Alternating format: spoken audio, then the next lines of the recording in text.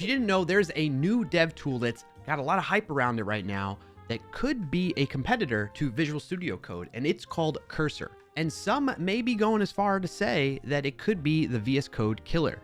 I don't know if I would personally go as far as to say it's a VS Code killer, at least at this point in time, given my history and background with Visual Studio Code, but it is quite interesting to see since it has AI built into it from the ground up, unlike Visual Studio Code where you add extensions to use it. So let's give it a shot now.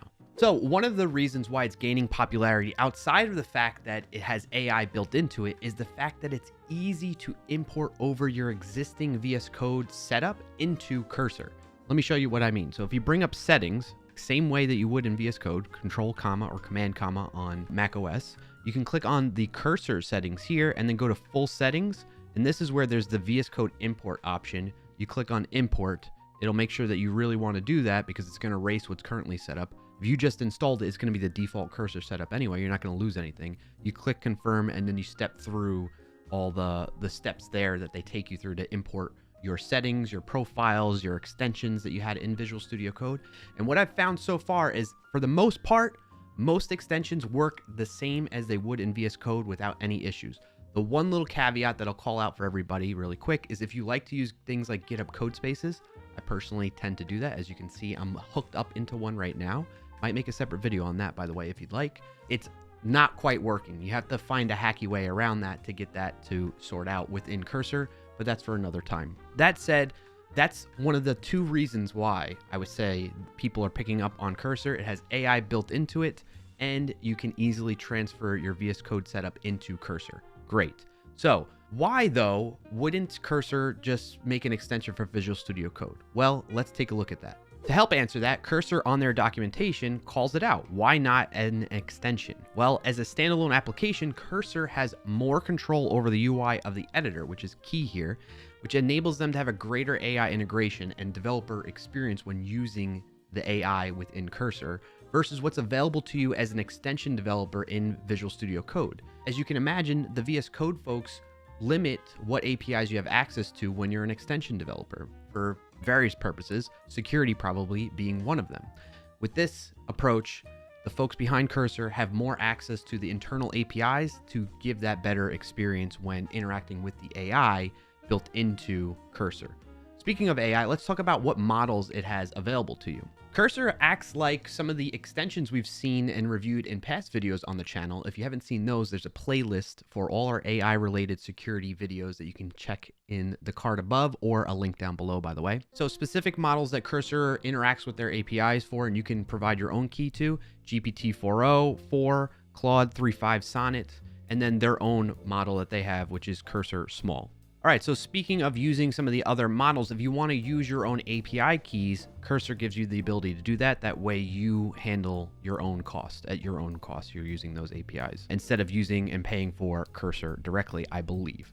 You can check out more details about using your own custom API keys via their documentation here on custom API keys. So if you don't go the route of using your own custom API keys, which is what I'm doing in this case for now, you get the free tier. It includes the Pro 2-week trial when you start up. You get 2,000 completions and then 50 slow premium requests. What exactly those mean, I don't know yet, but we'll find out. And speaking of all that, really quick call out here is I'm on Windows, but you can also get Cursor for Mac and Linux, just like you would Visual Studio Code. Then when it comes to the paid tiers, there's similar pricing models to other AI tools that you might be subscribing to, whether it's ChatGPT, GitHub Copilot. You're paying around $20 a month for those. They're competitively priced there, which is cool to see. So let's get into using Cursor directly and start chatting with the AI. Now, I've jumped ahead a little bit here and started up my own chat with it, giving it the same prompt that I've used in past videos where I'm testing out AI generated code to see how secure they are. Again, you can check out that playlist link in the description below for those videos covering that. So to keep things fair and straightforward, I use that same exact prompt. And in this case, instead of using some of the models I've used in the past, I went with Cursor's small model here, and it gave me similar results to what we've seen in other AI tools. I went ahead and set up all of that under this Cursor folder structure here, following all the instructions that the AI model gave to me as a result. And after testing with Snyk, it actually was pretty good. It only had the one cross-site request forgery security issue. These other ones are related to the other folders, by the way, in case you're wondering. GitHub Copilot, ChatGPT 4o. The specific cursor one is just this one in index.js, which is a cross-site request forgery vulnerability that we've seen in the past too from some of the other models. So that out of the way, what I want to do is take it a step further and start making up a UI with cursor helping me out for this backend API that we have here that's creating, updating, deleting notes for me. So let's go ahead and start doing that, give that a shot. Before we dive into actually doing that, let's get acquainted with what was produced from the AI here, the cursor model. So it told me to create an SRC folder. We had some middleware, which has an auth middleware, some models, which is the note model here. And then we have the server and some routes to handle routing for us. We have a post to create notes, update notes, and delete them right now. Okay. And then some environment variables. So I'm going to first spin up that Docker container with the MongoDB database, and I set up an npm script for that. So I'm going to say npm run docker start, I believe it is. Or let's do npm run first. Yep. npm run start docker. So that'll start my Docker database for me. And then I can cd into cursor folder and then run node src index.js to get this API running, and we can see it connects to the Mongo database. And then if I want to start interacting with this, like create a note, update a note, I can use this extension in Visual Studio Code that, well, not VS Code, sorry, correction, cursor, but I used to like using it, or I still like using it in Visual Studio Code. It's the Thunder client. What this does is it lets me make API requests to my API that I have here. So we're going to create a new request. We're going to send it to HTTP localhost 5000. And if we look at the routes again, we can see we could just do //id delete. So let's create a note really quick, giving it a body with the content of title and content. So we're going to make a post request to that API endpoint. The body is going to be some JSON. Let's close this. We'll say title. Is Cursor trying to fill this in for me? Like, what in the world is going on here? Wow, that is weird. How do I get to where I want to be? Title. The spacing is off. It's like there's this fake white space or something going on. I don't know if this is something with Cursor or this extension in Cursor, but this is the first I'm seeing this. And we're going to do content, : okay, that worked. Test, content. That was fun to figure out. All right, let's send that. And unexpected token. Oh, because there's 2 colons. Whoops. All right, let's see if I can find the right spot for this. Oh boy. 1, 2, 3, 4, 5. There we go. Wow. Okay, try again. Cannot post. Error. Did I do that wrong? Oh, because it's got to be API notes. I forgot about that part of it. All right, so now if we send that, access denied. Okay, that's good. That means the API, I'm not logged in. The API is working and staying protected and behaving in a secure manner. This is great to see. But I just wanted to show it working, how we can test it out. But let's go back to the terminal here. We can see the error that we got because we weren't authorized before. So I stopped it from running. And what we're going to do is we're going to talk with Cursor via chat to see if it can enhance this application for us by creating a UI. So I'm going to type that out. We'll fast forward through this part. You don't have to get bored by it, but we'll see what it gives us.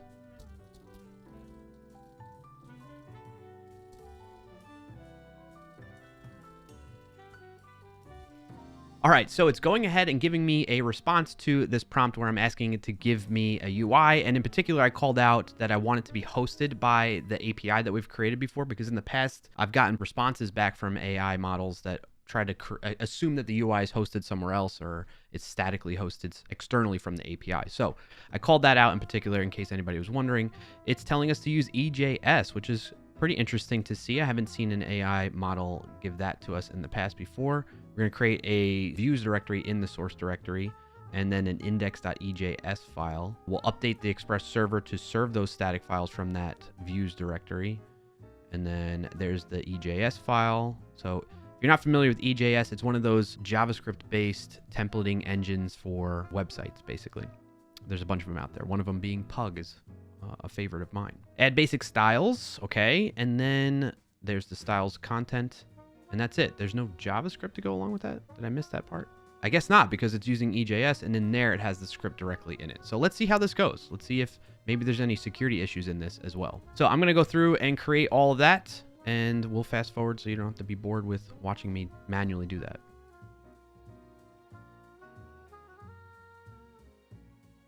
We'll put the content of that. We'll just copy pasta. Again, word of advice, don't just straight up copy pasta. copy paste any code for that matter. You should verify it and all that fun stuff. So don't do what I'm doing. Oh wait, is that what we wanted? Whoops, I copy pasted the wrong thing. See? Case in point right there. This is supposed to go there. This is supposed to go in index.js to update it. We'll paste that in now. Let's give it a run. No errors just yet, but if we try to go in our browser, let's see. Hold on a second. So if we go localhost 5000, we get an error. Failed to look up view index. Yeah, that makes sense. Let's tell the AI that's a problem. So when I run this, it gives me the following error. Can you help resolve the issue? And then we paste in the error. Let's see what it says. Ensure your project structure looks like this. Views index.js. Yep. Public styles. Okay, so now it's giving me that clarification. I assumed correctly what it was telling me to do. Set the views directory. Aha, this is what I forgot to do last time. If we look at index.js, it just said the view engine is that, but it didn't say what the views directory is. So we got to paste that in there now. Let's see what else it says. So we got view engine, views index, or dir name views, express.json, static public, everything else looks the same. Restart the server. Okay, let's try. Restart the server. And if we come back to the browser, refresh the page. Okay, there we go. We got a UI now. And if we go test, add note, that seemed to work. But now we got this question mark up here. I don't know what happened there. Is there an error in cursor? No error. So maybe it worked. Probably an error, right? Because before we weren't able to create a note without being authenticated. So it looked like it worked. But let's look at the dev tools to see. Okay, we got refuse to execute inline script because it violates the following content security policy. Okay, so that's good that it has the content security policy, and refuse to apply style because it's a MIME type text HTML. Okay, let's tell it about these errors. Okay, now I can see the UI, but when I attempt to create a note, I get following error in my browser. Let's see what it can do. You got to modify the content security policy. Okay, that's good. Content security policy directives allow inline. I don't know about that, but okay, let's do what it says, right? We're blindly following and trusting this AI. We got helmet here. We're going to replace that with this. Or is it saying to add it? Sorry.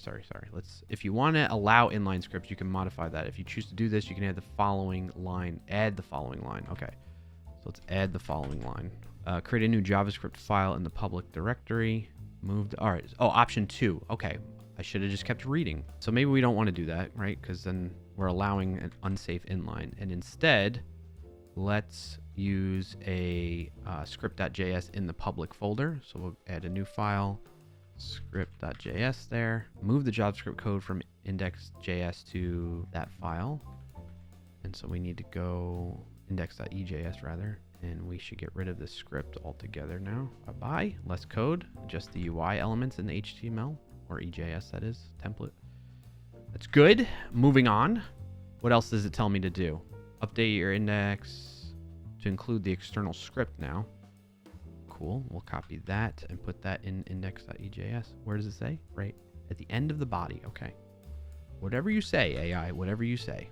And then we restart the server. What we could do is we can add node -- watch, so I don't have to manually keep doing that every time I make changes. All right, go back to the browser, refresh the page. Still not applying the styles and cannot get the script. Let's see if we can add a note. Refuse to execute script from because it's MIME. All right, let's see what it says about this. Hopefully this will be the last problem we run into. Okay, now I'm seeing this error in the browser. Yes, we have public. Oh, public should be outside of that. The cursor project, which is my notes app. Public, and then src, and then an env. Cool beans. Ensure that we're doing that. App to express public. Okay, yep, it is doing that. Okay, so I just did something maybe wrong. I do have to restart that probably because it's a folder structure change. All right, let's try this one more time. Refresh. Okay. Hey, look, we're getting some style now. Ooh, okay. All right. API notes 404 not found. Okay. Still an error. Why? is not valid JSON. Yeah, because the API, this API request. So basically, this is the main error we got to check into, because it's making an API request to that, but then it's coming back as like empty, and then we're trying to parse that as JSON in the script.js probably. Yeah, and fetch notes. Yeah, we're trying to parse it as JSON there like that. And so that's thrown that secondary error. So we can focus on the main error, which is that. So let's talk. Hopefully, again, I know I just said that last time, we can fix it from here. Okay, a bit better now, as that error is no longer showing up, but now I see this new one. Request indicates that the endpoint is not being recognized by your Express server. Is it? It's just that it's not authed, right? We need to... It's not recognizing that there's authentication that needs to happen first.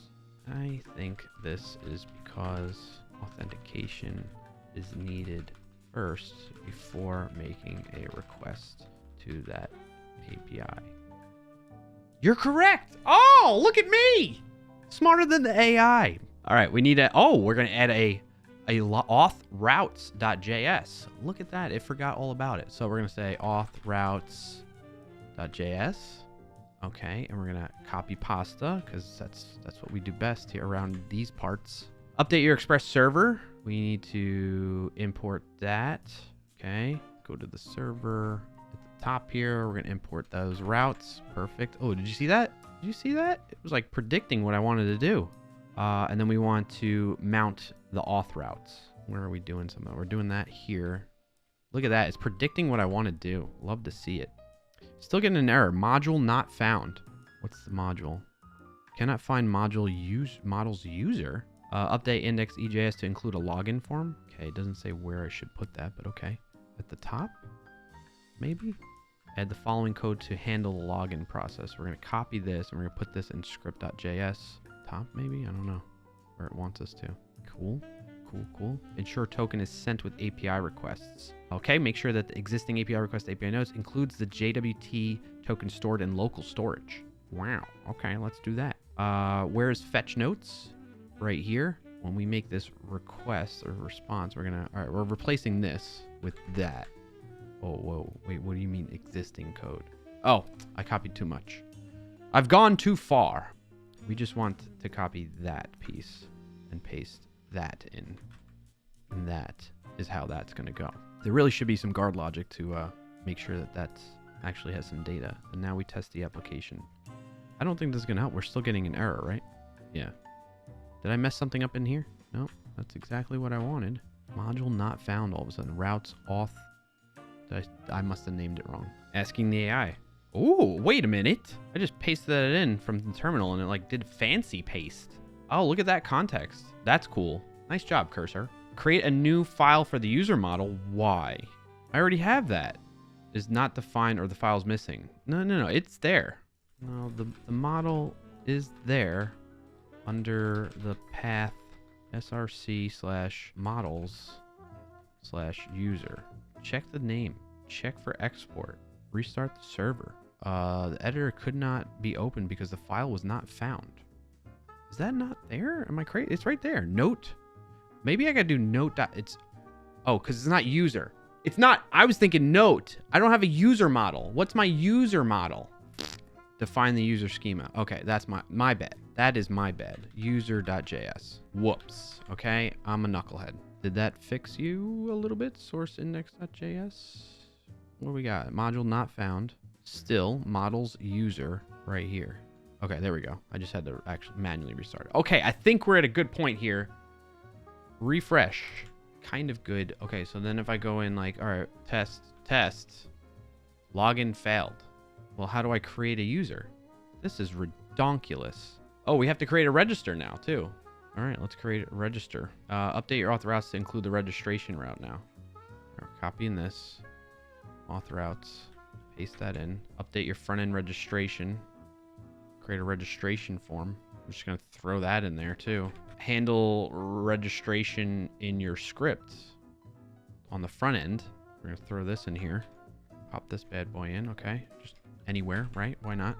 All right. We should be good to go. We're going to manually restart just to be safe. Refresh the page.